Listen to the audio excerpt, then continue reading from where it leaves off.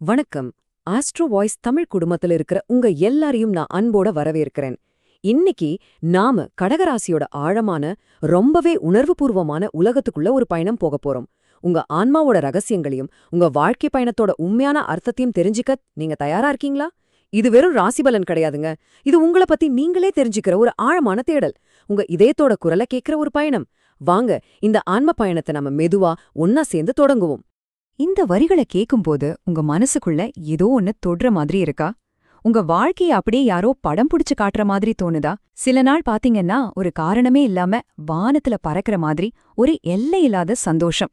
காலையில எழுந்திருக்கும் போதே மனசு அவ்வளவு உற்சாகமா இருக்கும். எல்லாமே நல்லபடியா நடக்கிற மாதிரி தோணும். ஆனா திடீர்னு அடுத்த சில நாட்களுக்கு ஒரு கனமான போர்வை நம்மள மூடுன மாதிரி ஒரு ஆழ்ந்த சோகம், ஒரு வெறுமை. ஏன் சோகமா இருக்குன்னு கூட நமக்கு தெரியாது. இதுதாங்க கடகராசியோட அடிப்படை குணம். இந்த ரெண்டு துருவங்களுக்கு நடுவுல ஊசலாடுற உங்க மென்மையான மனச நீங்க உணர்ந்திருக்கீங்களா? இது ஒரு சாபம் இல்ல, இது உங்க ஆன்மாவோட மொழி. உங்கள பத்தியும் உங்க விதிய பத்தியும் இன்னும் ஆழமா தெரிஞ்சுக்க நீங்க ஆசைப்பட்டீங்கன்னா நம்ம ஆஸ்ட்ரோ வாய்ஸ் தமிழ் சேனலுக்கு சப்ஸ்கிரைப் பண்ணி இந்த பயணத்துல எங்களோட இணைஞ்சிருங்க. நாம எல்லாரும் ஒரு குடும்பமா இந்த ஆன்மீக பயணத்துல சேர்ந்து பயணிப்போம். உங்களோட ஆதரவு எங்களுக்கு ஒரு மிகப்பெரிய பலம். இன்னைக்கு உங்க வாழ்க்கையோட 6 முக்கியமான அத்தியாயங்களை நாம ஒன்னா சேர்ந்து புரட்டி பார்க்க போறோம். நம்ம பயணம் உங்கள ஆளக்கூடிய சந்திரனோட மடியிலிருந்து தொடங்கும். அங்கிருந்து நம்ம வேர்களை தேடி மூதாதையர்களோட எதிரொலிகளை கேட்க போறோம். அப்புறமா உங்க இதயத்தோட போர்க்களங்களுக்குள்ள நுழைஞ்சு அன்போட சவால்களை புரிஞ்சுக்க போறோம். உங்க உழைப்போட அர்த்தத்தையும் அதுக்கு பின்னால ஒழிஞ்சிருக்கிற குருவோட ஆசீர்வாதத்தையும் உணர்ந்து கடைசியா உங்க வாழ்க்கை ஏன் ஒரு வெற்றி காவியம் அப்படிங்கிற பேருண்மைய தெரிஞ்சுக்க போறோம்.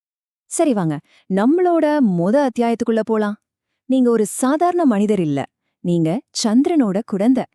காலச்சக்கரத்தோட 4வது ராசியான கடகத்தோட அதிபதி சந்திரன்.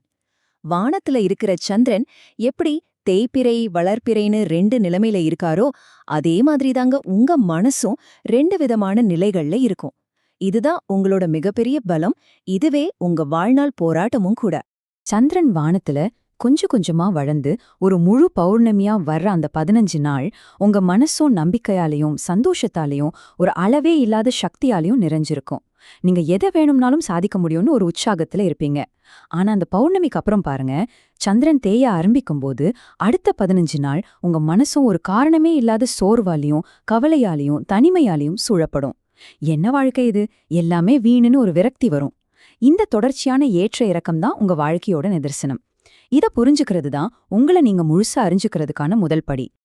இப்போ நம்ம பயணத்துல கொஞ்சம் ஆழமான, கொஞ்சம் சிக்கலான ஒரு இடத்துக்கு வந்திருக்கோம். உங்க வாழ்க்கைய திரைக்கு பின்னால இருந்து பாதிக்கிற ஒரு மிகப்பெரிய சக்தி, அதுதான் உங்க குடும்ப கர்மா. உங்க மூதாதையர்களோட எதிரொலிகள். உங்க வாழ்க்கைங்கிறது இந்த ஒரு பிறவியில ஆரம்பிச்சதில்ல, அது பல தலைமுறைகளோட தொடர்ச்சி. அவங்களோட ஆசிர்வாதங்களும் அவங்க தீர்க்காம விட்ட கர்ம வினைகளும் உங்க வழியா தொடருது. ஜோதிடத்துல பூர்வ புண்ணியம்னு ஒரு ஆழமான கருத்து இருக்கு. அப்படின்னா என்னன்னா, முந்தைய பிறவிகள்ல நாம செஞ்ச நல்ல காரியங்களோட பலன். கடகராசியில பிறந்த உங்களுக்கு இது ஒரு மிகப்பெரிய வரமா இருக்கு. ஆனா அதே நேரத்துல உங்க பூர்வீக வழியா வர்ற சில கர்ம வினைகளும் உங்கள பாதிக்குது. ஜோதிட ரீதியா சொல்லணும்னா, உங்க பூர்வீகத்தை குறிக்கிற 5ஆம் அதிபதி சில சமயங்கள்ல பலவீனமா இருக்கிறதால அந்த பூர்வீக சொத்து இல்லைனா ஆதரவோட பலன் உங்களுக்கு முழுமையா கிடைக்காம போகலாம். இதனாலதான் பூர்வீக சொத்து இருந்தும் அதை அனுபவிக்க முடியாம போறது, இல்லனா அது சம்பந்தமான வழக்குகள்ல சிக்கிக்கிறது மாதிரி பிரச்சனைகள் உங்களுக்கு வரலாம். இந்த கர்மா எப்படி வெளிப்படும்னு பார்த்தா, உங்க குடும்பத்துல குறிப்பா உங்க தாய் வழியில சில பரம்பரைய உடல்நல பிரச்சனைகள் ஒரு தொடர்கதை மாதிரி இருக்கலாம். வலிப்பு நோய், கால்ல நரம்பு சுருட்டிக்கிட்டு வலிய உண்டாக்குற வெரிகோஸ் வெயின் பிரச்சனை, இல்லனா மனநிலை சம்பந்தப்பட்ட பாதிப்புகள், அதாவது மன அழுத்தம் பதட்டம் மாதிரியான விஷயங்கள் தலைமுறையா தொடர வாய்ப்பிருக்கு. இதெல்லாமே உங்க மூதாதையர்களோட கர்மாவோட எதிரொலிகள் தான். இது உங்களை பயமுறுத்துறதுக்கு இல்ல, உங்களுக்கு ஒரு விழிப்புணர்வை ஏற்படுத்த தான் சொல்றேன். உங்க ஜாதக அமைப்புப்படி உங்க வாழ்க்கையில தாய்மாமன் உறவுங்கிறது ரொம்பவே ஒரு உணர்வு பூர்வமான பகுதியா இருக்கும். தாய்மாமன் மேல நீங்க அளவு கடந்த பாசம் வச்சிருந்தாலும் அந்த உறவுல ஒரு விதமான போராட்டம் இருந்துகிட்டே இருக்கும்.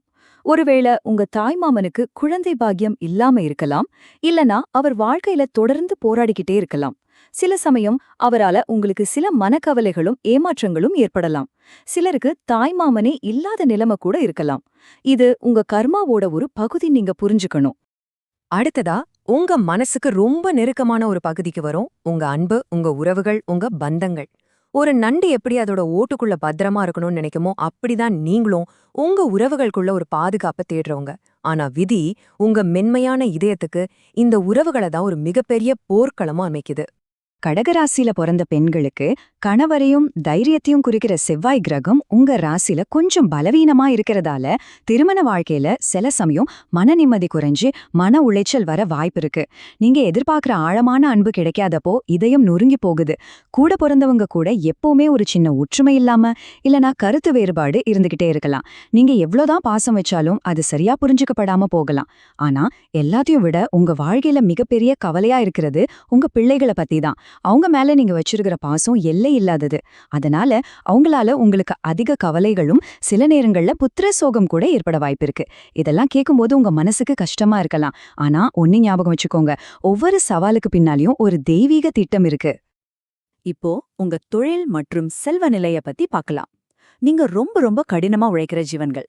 உங்க உழைப்புக்கு ஈடு இணை எதுவுமே இல்ல. நீங்க செய்யற வேலையில உங்க ஆன்மாவையே அர்ப்பணிப்பீங்க. ஆனா அந்த உழைப்புக்கான அங்கீகாரம் உங்களுக்கு அவ்ளோ சுலபமா கிடைக்கிறதே இல்ல. இதுதான் உங்க வாழ்க்கையோட மிகப்பெரிய முரண்பாடுகள்ல ஒண்ணு. உங்க தொழில் வாழ்க்கை பெரும்பாலும் இந்த 3 படிகள்ல தான் இருக்கும். முதல்ல உங்க முழு சக்தியையும் அறிவையும் போட்டு கடுமையா உழைப்பீங்க. ஆனா உங்களுக்கு வரவேண்டிய பதவி உயர்வோ அங்கீகாரமோ இல்ல சம்பள உயர்வோ கடைசி நேரத்துல வேற யாருக்காவது போயிடும். இது ஒரு தடவை இல்ல, பல தடவை நடக்கும். இதனால உங்க வாழ்க்கை ஒரு தொடர் போராட்டமாவே இருக்கும். நான் இவ்ளோ உழைச்சும் எனக்கு ஏன் எதுவுமே கிடைக்க மாட்டேங்குதுங்கிற கேள்வி உங்க மனசுல ஒரு வடு மாதிரி பதிஞ்சு போயிருக்கும்.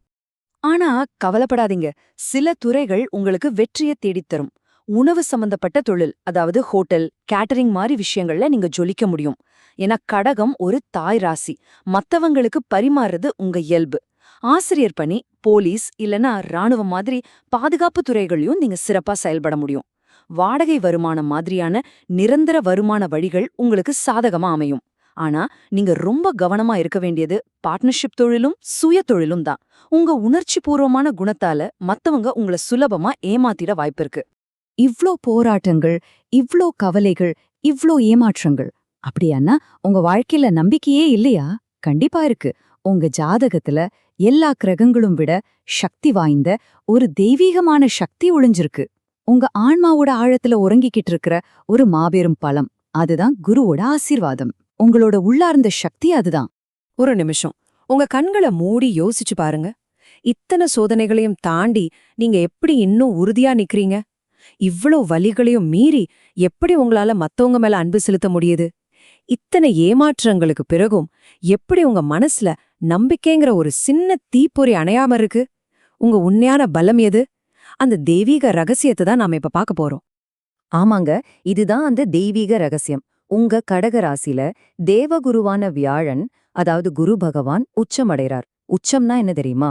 ஒரு கிரகம் அதோட முழுமையான மிக உயர்ந்த சக்தியோடையும் நல்ல குணங்களோடையும் இருக்கிற ஒரு நிலை. குருவோட முழுமையான நிபந்தனையே இல்லாத ஆசிர்வாதம் உங்களுக்கு இருக்கு. அதனாலதான் உங்களுக்குள்ள இயல்பாவே ஒரு தலைமை பண்பு, ஒரு ஞானம், மத்தவங்கள வழிநடத்துற சக்தி, அப்புறம் ஆழமான ஆன்மீக ஈடுபாடு இருக்கு. எத்தனை கஷ்டங்கள் வந்தாலும் இந்த குருவோட அருள் தான் உங்களை ஒருபோதும் விழாம காப்பாத்துற ஒரு கண்ணுக்கு தெரியாத கவசம் மாதிரி செயல்படுது. இப்போ நம்ம பயணத்தோட கடைசி மற்றும் மிக முக்கியமான பகுதிக்கு வந்துட்டோம். உங்க வாழ்க்கை ஒரு போராட்டக்களம் இல்ல, அது ஒரு வெற்றி காவியம். நீங்க தோற்கிறதுக்காக பிறக்கல, நீங்க ஜெயிக்கிறதுக்காகவே பிறந்தவங்க. உங்க கதையோட நாயகன் இல்லனா நாயகி நீங்க தான். உங்களுக்கு ஒரு ஆச்சரியமான விஷயம் தெரியுமா? கடவுள் ராமர் கடக லக்னத்துல பிறந்தவர். அவர் தன்னோட வாழ்க்கையோட முதல் 14 வருஷத்தை வனவாசத்துல கழிச்சாரு. நாட்டை இழந்தாரு, சொந்தங்களை பிரிஞ்சாரு, சொல்ல முடியாத சோதனைகளையும் போராட்டங்களையும் சந்திச்சாரு. அதே மாதிரிதாங்க கடகராசியில பிறந்த உங்க வாழ்க்கையோட முதல் 14 இல்லைனா 15 வருஷம் பெரும் போராட்டமாவும் கண்ணீராவும் தான் இருந்திருக்கும். ஆனா ஒண்ணு மட்டும் ஞாபகம் வச்சுக்கோங்க, அந்த வனவாசம்தான் ராமரை புருஷோத்தமன் அப்படிங்கிற ஒரு நாயகனா உருவாக்குச்சு. உங்க போராட்டங்களும் அப்படிதான், உங்களை செதுக்கிற ஒரு ஒளி. ராமருக்கு ராவணன் மாதிரி ஒரு சக்தி வாய்ந்த எதிரி இருந்த மாதிரி உங்க வாழ்க்கையிலே உங்களை சுத்தி சக்தி வாய்ந்த எதிரிகள் பெரிய பதவியில இருக்கிற மனுஷங்க ரூபத்துல உருவாகலாம். உங்க வளர்ச்சியை தடுக்க அவங்க சதி செய்யலாம், உங்க பேரை கெடுக்க முயற்சி பண்ணலாம், உங்கள மனசளவுல வீழ்த்த நினைக்கலாம். ஆனா அவங்க எவ்வளவு சக்தி வாய்ந்தவங்களா இருந்தாலும் ஒன்னு மட்டும் என்னைக்கும் மறந்துடாதீங்க. இந்த வார்த்தைகளை உங்க இதயத்தோட ஆழத்துல பதிச்சுக்கோங்க. உங்களுக்கு எவ்வளவு பெரிய எதிரி வந்தாலும் சரி, எவ்வளவு பெரிய சோதனை வந்தாலும் சரி, எவ்வளவு பெரிய துரோகத்தை சந்திச்சாலும் சரி, கடைசியில வெற்றி உங்களுக்கு தான். இது ஜோதிட விதி. இது உங்க விதி. குருவோட அருள் உங்களை காப்பாத்தும்.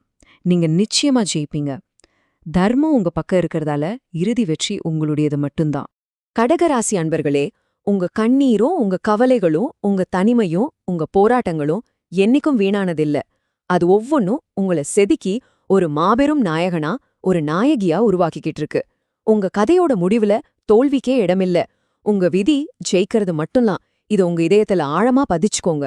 நீங்க ஒரு போராளி, நீங்க ஒரு வெற்றியாளர்.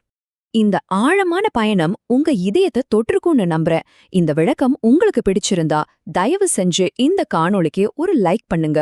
உங்கள மாதிரி இருக்கிற கடகராசி நண்பர்களுக்கும் இத பகிர்ந்து அவங்களுக்கும் இந்த உண்மைகள் போய் சேர உதவுங்க. உங்க வாழ்க்கையோட இது எப்படி பொருந்துதுங்கிற உங்க எண்ணங்களை கமெண்ட்ல பதிவிடுங்க. மறக்காம நம்ம ஆஸ்ட்ரோ வாய்ஸ் தமிழ் சேனலுக்கு சப்ஸ்கிரைப் பண்ணுங்க. மீண்டும் ஒரு அற்புதமான ஆன்ம பயணத்துல சந்திப்போம். நன்றி. வாழ்க வளமுடன்.